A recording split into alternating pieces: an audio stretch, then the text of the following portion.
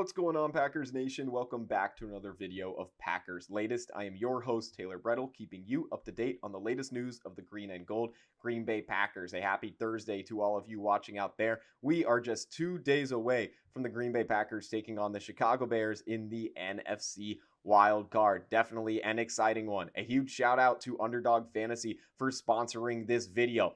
If you're new to the channel, I welcome you. Feel free to subscribe, leave a like, turn on a notification bell so you know when these videos go live. And if you're a returner, I welcome you back as always. And hey, maybe if you're a Chicago Bears fan, you're here because you want to know what's going on with the green and gold. I welcome you as well. Again, just 2 days away from January 10th, Saturday night, where the Packers take on the Chicago Bears. Gonna start off this episode talking about Josh Jacobs. Haven't talked about him in the past couple of days, but he has shared some positive news regarding that lingering knee injury that he's dealt with ever since that game against the New York Giants. Jacobs, did not play in that Week 18 game against Minnesota because he didn't need to, and his 2 games before that in Week 17 and Week 16 were definitely two games to forget. So Jacobs talking about that knee injury that he's kind of battled in every single game, playing with it. It's lingering, and he says, it's kind of the best it's felt. This is per Matt Schneidman on X, the direct quote from this from his media availability, where Jacob says, "My body coming into this game is the best I felt probably in the last 6 weeks."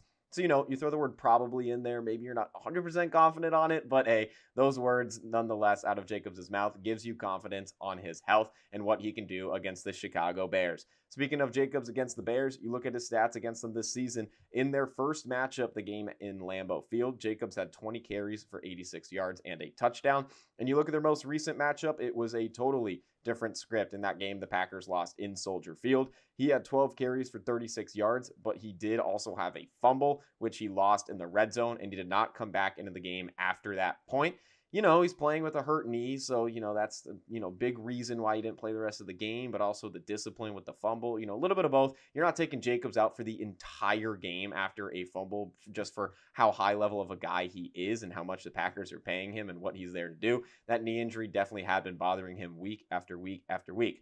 Unfortunately, those 12 carries for 36 yards and a fumble would be followed up by an even worse game in the following week against the Baltimore Ravens. Josh Jacobs had just 4 carries in that game for 3 yards. Definitely his worst game in a Packers uniform. I haven't looked at his Raiders numbers, but it probably might have been the worst game of his career. A game where the Packers defense couldn't hold strong in any fashion, and they did have to throw a ton, but again, giving the ball to Jacobs just 4 times was definitely a question mark that you didn't have much confidence in him. But it seems like that knee that's been lingering, that injury ever since that game mid-November against the Giants, it does seem like there's some positive news based on what he spoke on. You look at the 9 games before where he got hurt against the New York Giants on the season, Jacobs had 162 carries for 608 rushing yards and 11 touchdowns. He also added on 11 receptions for 237 yards. So don't forget that part about Jacobs. He's not known as a big pass-catching back, but he still has that ability, which could be huge against Chicago.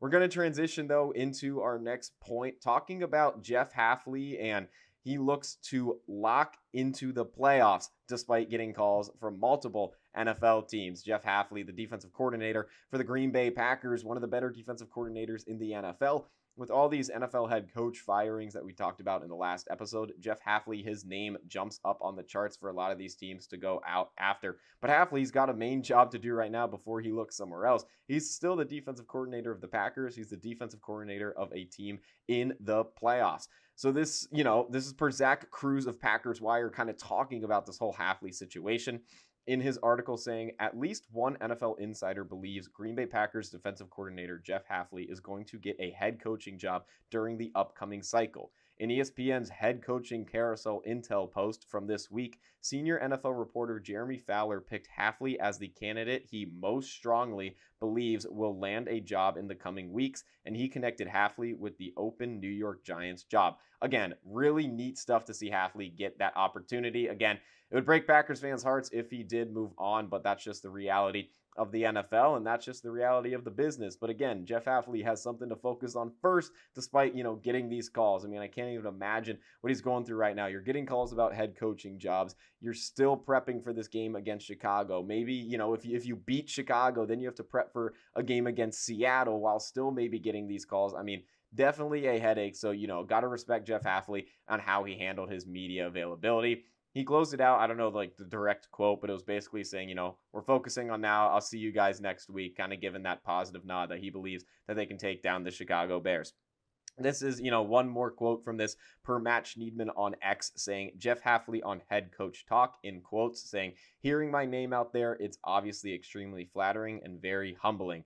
I'm going to do everything in my power to focus on every minute that I have to give this organization and our players everything I got to go win this game. So again, Jeff Hafley focusing on this game. He's flattered. He's honored to get those calls about a possible head coaching position. Lots of interview process before that and such. But you like to see that he's dedicated and that he's focused on this game against Chicago. This is kind of similar to what we saw with Ben Johnson last year even. I mean, the head coach of the Chicago Bears, he was, with the Detroit Lions, and what was it, a day or maybe 2 days after the Lions lost to the Washington Commanders, he was in Chicago being introduced as the Bears' new head coach. So you know that this is definitely going on, and Hafley was pretty open about it, but still showing where his full focus sits. But before we get into our next point, let's get to our sponsor for this video. A huge shout out to Underdog Fantasy for sponsoring this video. Football playoffs are here, and Underdog is the best place to get in all the gridiron action. Playing on Underdog is easy. Just pick if your favorite players will go higher or lower on stats like touchdowns, rushing yards, receptions, and more.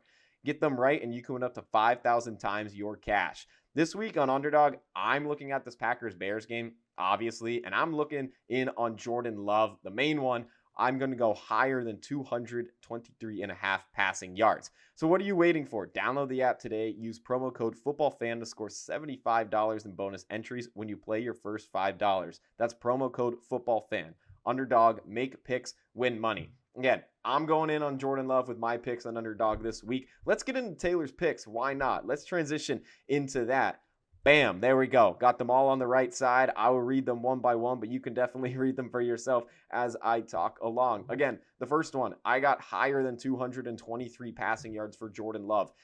His time against the Chicago Bears has been interesting because he's played them in 6 games, but 4 of them were true start to finish. The other 2, that week 18 game last season where he played just part of it, then was removed. And then this most recent matchup where he obtained that concussion and was removed with about 8 minutes left in the second quarter. So he's really only played 4 full games against Chicago. But you look at those 4 full games against Chicago, he's averaging about 260 passing yards per game in those. So definitely would crush that 223.5 line that I got higher on for Jordan Love. But again, it's the playoffs. The intensity is higher. It's on the road. It might not be the prettiest of weather, but I still am going to say if the Packers are going to walk away with a win, it's going to be Jordan Love, carrying the team to the finish line. Josh Jacobs can obviously do a lot. You want everyone to contribute, but I feel like this is a very big game for Jordan Love.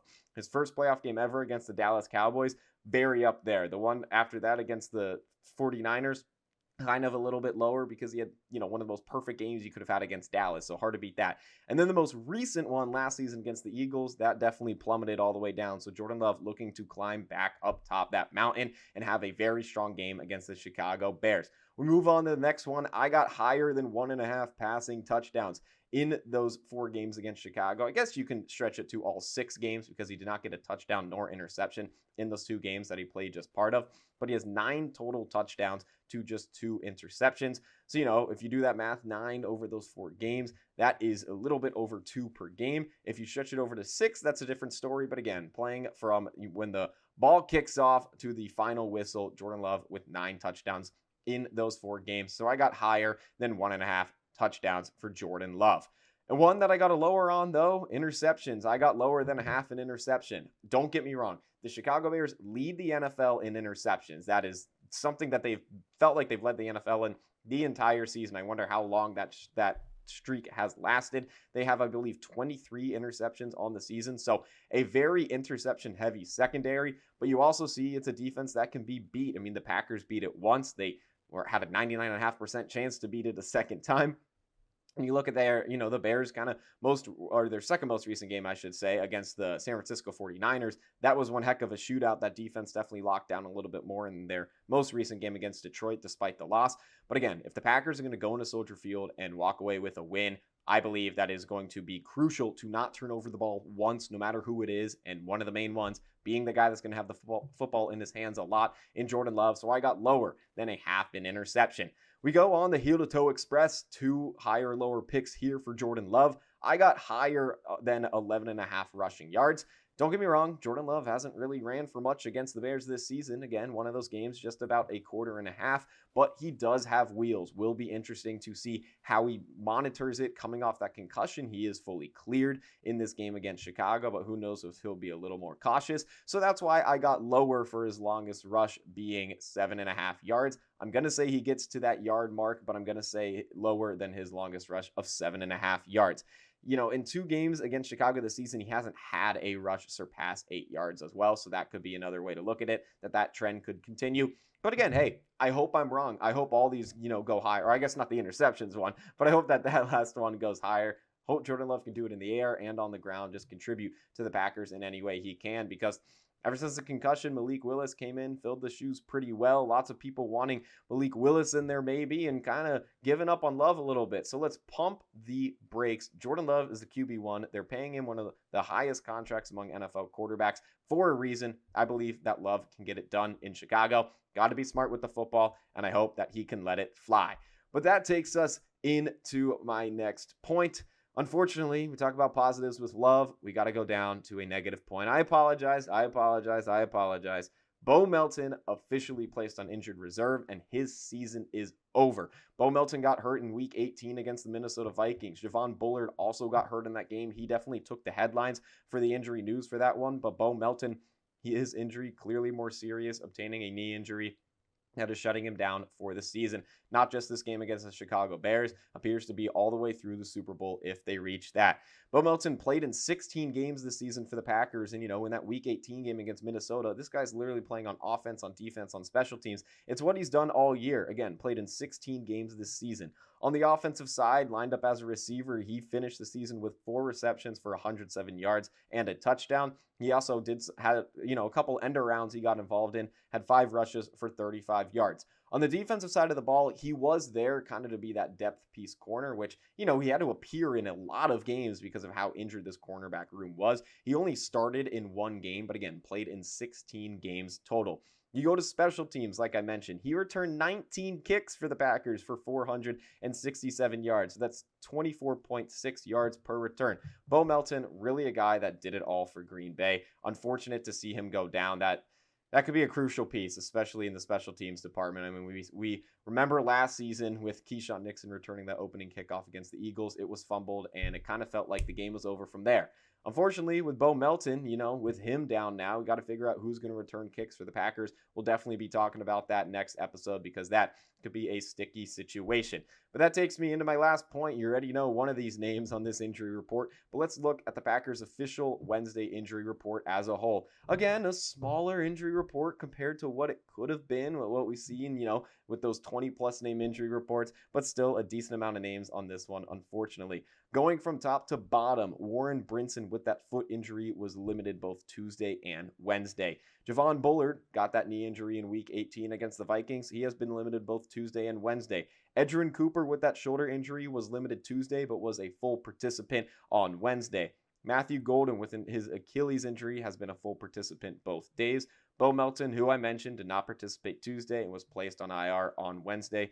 Nick Neiman with that pectoral injury has been limited both days. He should be good to go against Chicago, which would be huge on that special teams topic. Zach Tom battling the back and knee injury. He was limited both Tuesday and Wednesday. Lucas Van Ness with that foot injury, a full participant Tuesday and Wednesday. Dontavian Wicks with a concussion. He was limited both Tuesday and Wednesday. John Williams with a back injury was limited Tuesday and then just says NA on Wednesday. Not fully sure what's going on there. Definitely have to look into that a little bit more. And then wrapping it up, Malik Willis with that right shoulder and hamstring injury. He's been limited both Tuesday and Wednesday. Willis, another guy to monitor if he will be the backup to Love on Saturday or if that'll be Desmond Ridder filling in those shoes. Willis, with that limited, that's not saying he's fully good to go. It's not saying he's out.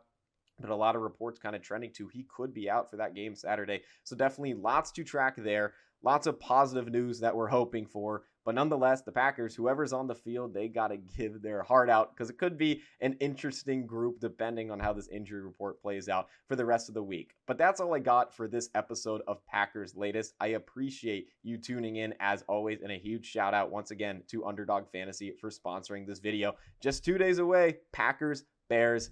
Lots on the line. It's playoff season. It's a fun one. But as always, go Pack, go.